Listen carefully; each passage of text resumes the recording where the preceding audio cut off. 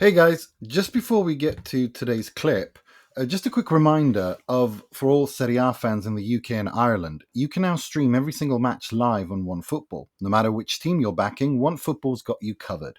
You can watch on via the OneFootball app on your phone or connected TVs from Apple TV, Google TV, Samsung, LG, and Fire TV, or on the website tv.onefootball. And what's even better is that you can choose how you watch it. You can grab a team or a season pass to watch all the matches until the end of the season, or just the ones from your favourite club. There's also a match day pass for £9.99 to watch all the weekend's games, or a single match on pay-per-view for £4.99. And yeah, if you missed a live game, you'll still get access to all the match highlights too. So if Serie A is your thing, OneFootball is where it's at. We'll have a link in the description of the episode for you to buy your preferred stream. Welcome to the Italian Football Podcast. So we'll start off with the Rome derby, of course, the big Sunday evening game at the Stadio Olimpico.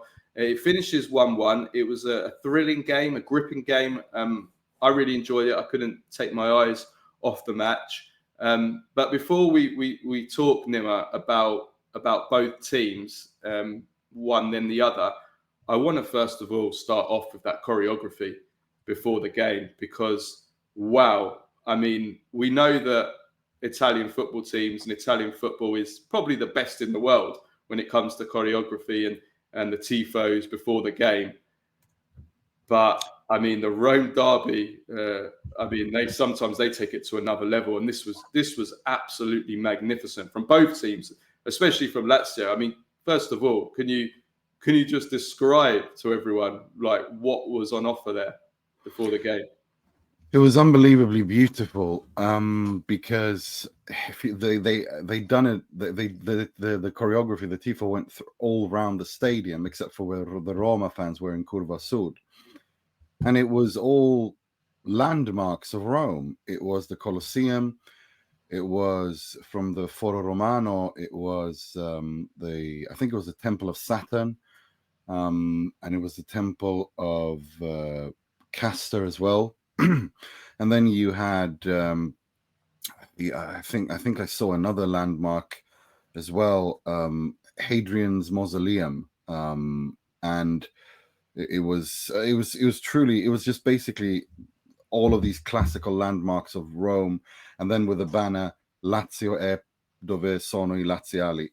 Lazio, the region, is where the Laziali are, which is a play on words, because obviously Roma fans, or the general like stereotype is that Lazio fans come from outside of Rome. Roma fans live inside the city. Obviously, Lazio is more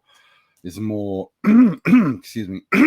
Lazio is older than Rome, than Roma, and so they were playing a little bit playing on words there.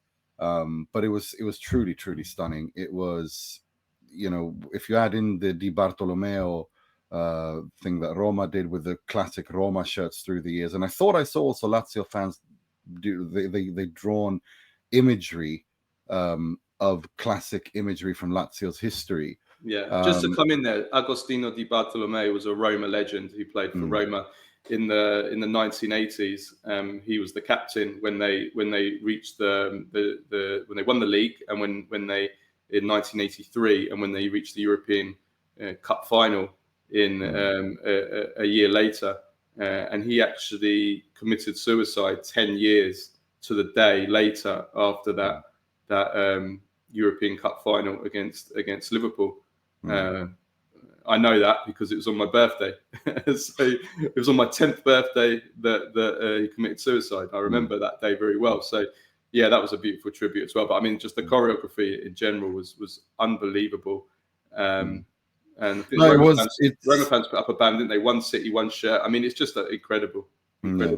And it was, the Roma fans had all these shirts, the classic Roma shirts through the ages behind them as well. Up there, you had Di Bartolomeo. There's the big one, and then the Lazio fans had all these landmarks. Like I said, the Temple of Saturn, the Temple of Castor. They had Foro Romano. These obviously from Foro Romano. They had the Colosseum. They had the Castel Sant'Angelo, which is the mausoleum of Adrian, the emperor. And of course, added to that, I thought I saw many images as well, like classical images from Lazio's history, and all of this tied together with the banner. Lazio dove sono I laziali. Lazio, the region is where the laziali are, which is a play on words, of course, as I said. It was. How long did they take to make these badges? You see, I mean, I have to say, I was blessed. I feel blessed to have been at that Milan derby, which was probably qualitatively the worst Milan derby I've ever seen, with Mexes and Ranocchia as captains in a goalless draw. But it was the most beautiful choreography I've ever seen in my life. Well, that the Curva Nord did, the Castello Tifo, it's known as. This was, I'd say, I don't like to compare, but this was at that level, if not better. It was truly unbelievable. It was truly remarkable. It was a complete work of what art. was amazing was the whole stadium. Yeah, Went all around. It wasn't just one curva or one stand. It's Italian football at its most mesmerizingly beautiful best, in its eternal glory for the world to see, and it was just absolutely stunning. Yeah, it was stunning, and we're going to come on to a little bit later in this segment about the marketing and the lack of marketing for this game worldwide with Serie A. But this, just to say now that this is something that is the most easily sellable thing around the world. This beautiful choreography. This is something that nobody else, no other leagues can do to this level, and this is something that stands out. And this is, if I was in charge of marketing Serie A, this would be everywhere. I would have this put everywhere. It's so easy. It's such an easy sell. It was beautiful.